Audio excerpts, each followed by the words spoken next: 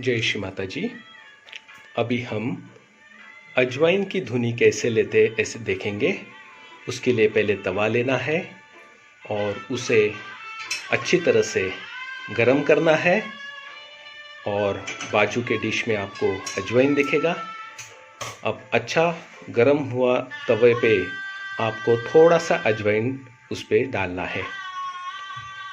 थोड़ा सा अजवाइन डालने के बाद तुरंत उसमें से सफ़ेद धुआं आना शुरू हो जाता है। ये सफ़ेद धुआं लेना बहुत ज़रूरी है।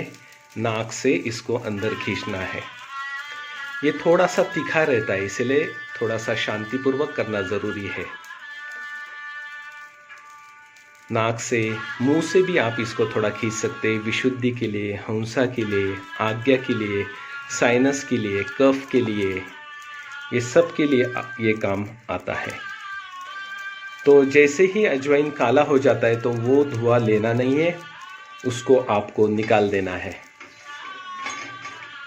निकालने के बाद आपको तुरंत दूसरा अजवाइन लेना है। काला अजवाइन का धुआं बिल्कुल लेना नहीं है। तो काफ़ी सारे इन्फेक्शन, सर्दी, कफ, ये सब में, और जकड़ी हुई सर्दी हो तो ये ज़रूर आप करें। जय श्री माता जी।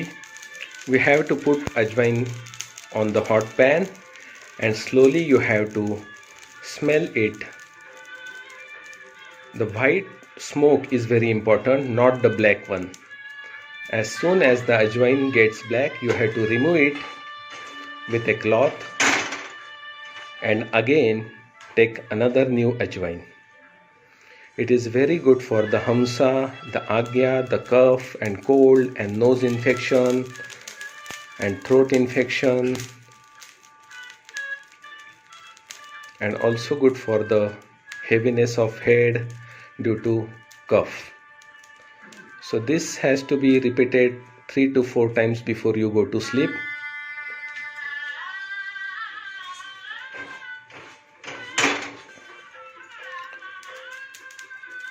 So only you have to be careful with the children, but the elder people can do it nicely.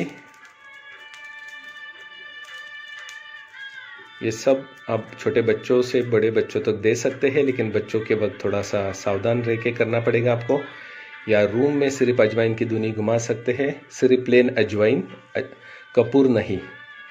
तो ये आपके बहुत अच्छा ट्रीटमेंट परम पूज्य श्री माता जी ने बोला है। जब भी आपको घी कपूर ज़्यादा हो जाता है सर में कभी कभार, तभी वो निकालने के लिए भी आप अजवाइन यूज़ कर सकते हैं। Whenever there is, if you put ghee camphor in the nose and you get cold, then also you can use this plain ajwain dhuni to remove the heaviness caused due to the ghee camphor treatment also. So we are very thankful to Shri Mataji. She has shown us this beautiful treatment. In this, it's also good to remove the virus, bacteria, colonies deposited in the nose, and thereby we get ill. So thank you Shri Mataji. Jai Shri Mataji.